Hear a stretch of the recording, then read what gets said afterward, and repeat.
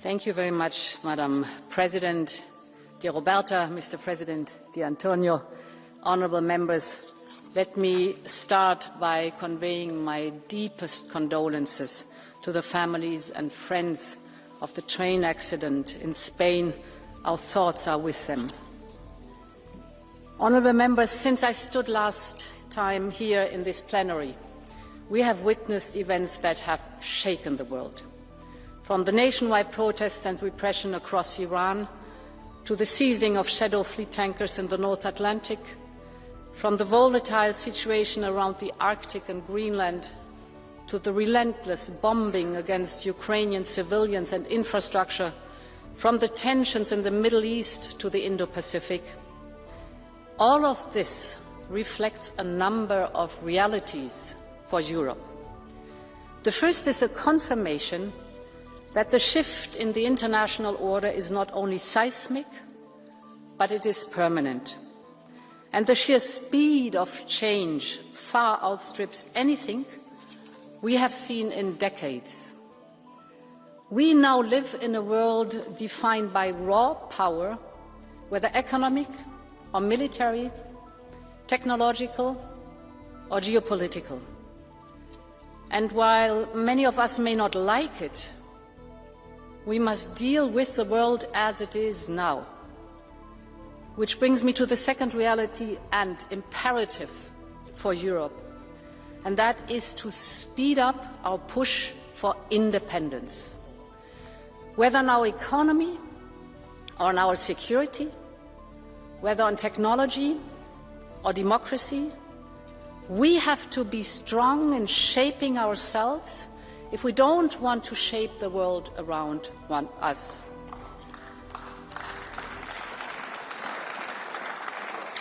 In this increasingly lawless world, Europe needs its own levers of power, and we know them: a strong economy, a thriving single market, one that can do business in different markets and can compete all around the world, a strong innovation and technology capacity, united societies with high levels of education, talent and health systems, and above all, a real capacity to defend ourselves.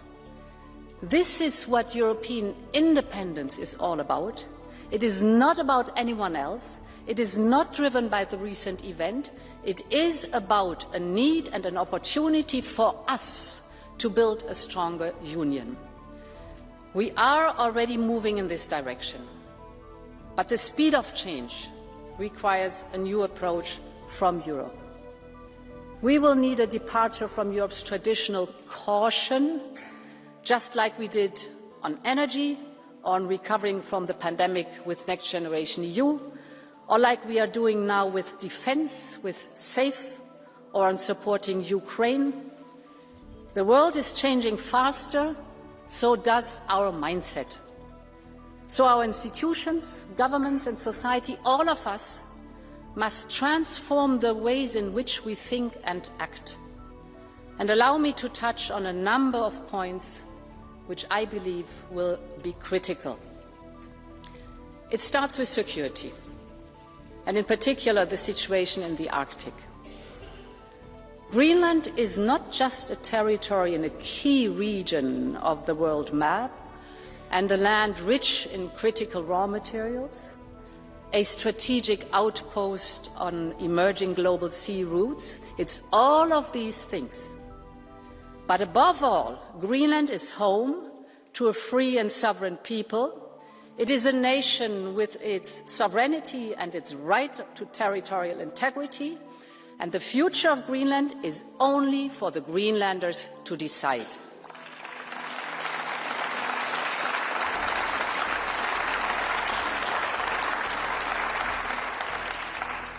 Honourable members, we do agree with our American friends on the need to ensure the security of the Arctic region. And on this we are not only aligned, but we are working together, notably in the context of NATO. Finland, for example, is working with the United States on icebreakers, a key piece of equipment in the context of operations in the High North. Or take the recent Danish-led Arctic Light exercise a few months ago in the context of NATO. This was key to strengthening Allied readiness in the Arctic. So we are aligned, we are working together, we share the same strategic assessment on Arctic security, and this is why the threat of additional tariffs for security reasons is simply wrong.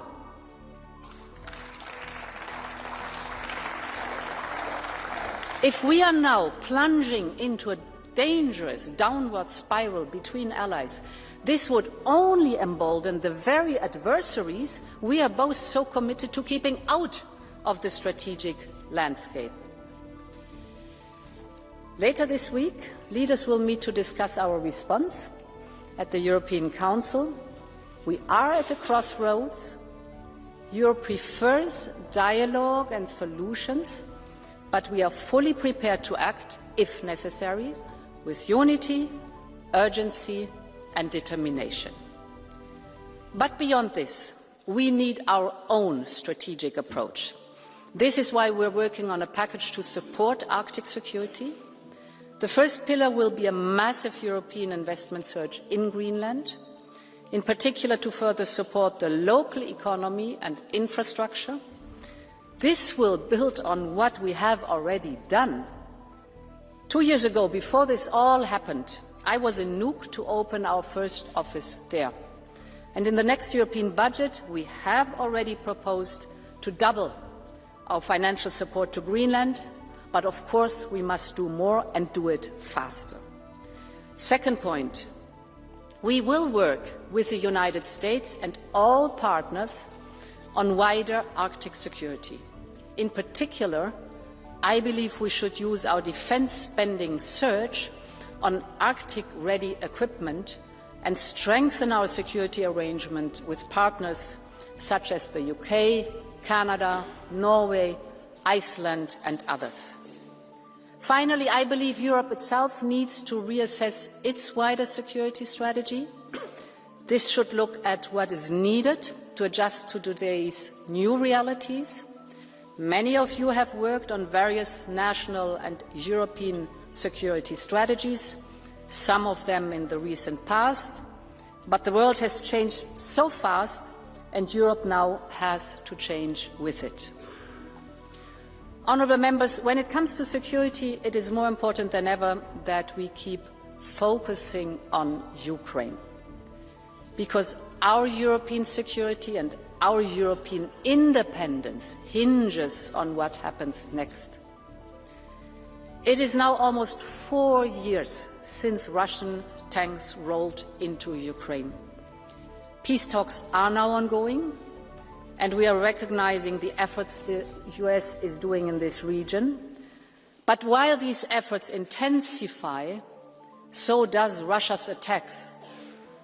So Europe will continue to support Ukraine in every way, and this is why it was so important that in the last European Council we agreed to jointly raise 90 billion euros for Ukraine. Europe has taken clear responsibility for Ukraine's need, both civilian and military, and this 90 billion euros shows our unfaltering commitment and solidarity, and we will stand with Ukraine until there is a just and lasting peace.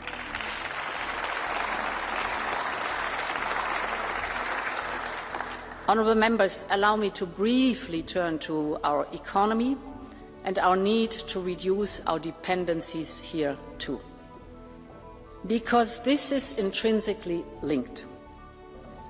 Trade inside our single market accounts for 55% of our GDP. Trade with the rest of the world is worth roughly 45% of our GDP, 45%. Our supply chains and de-risking goals depend on trade. So trade matters more than ever. I just came back from Paraguay, where we signed a historic deal with Mercosur. Next week, we will be in India for another groundbreaking agreement. And negotiations are advancing with many others who want to do business with us. These deals will open massive opportunities for our businesses. They will create jobs here in Europe. They will give us resilience and security of supply, because the more trading partners we have worldwide, the more independent we are. And that is exactly what we need. If we take Mercosur, which I know is hotly debated in this House, the deal secures our access to raw materials our industry needs. And the benefits for European companies will be huge. Just take the automotive sector. European exports to Mercosur can rise by 20 billion euros or 200%. Or look at the chemicals or machineries, same effects. The deal with Mercosur will deliver huge gains also for producers of dairy, wine, spirits, oil, and much more. At the same time, we have listened carefully to your concerns and to our farmers, and we have secured strong safeguards for our sensitive agri-food sectors. I believe this is a deal that will bring benefits across our economy and across every member state. So to conclude, honourable members, this moment of global change is fraught with dangers. And Europe must be ready to change even faster, to become more independent for its own future. This will not be easy. It will require difficult decisions, and it will require to frame all of our work in the bigger picture. But I'm deeply convinced that together we can achieve it. Thank you very much, and long live Europe.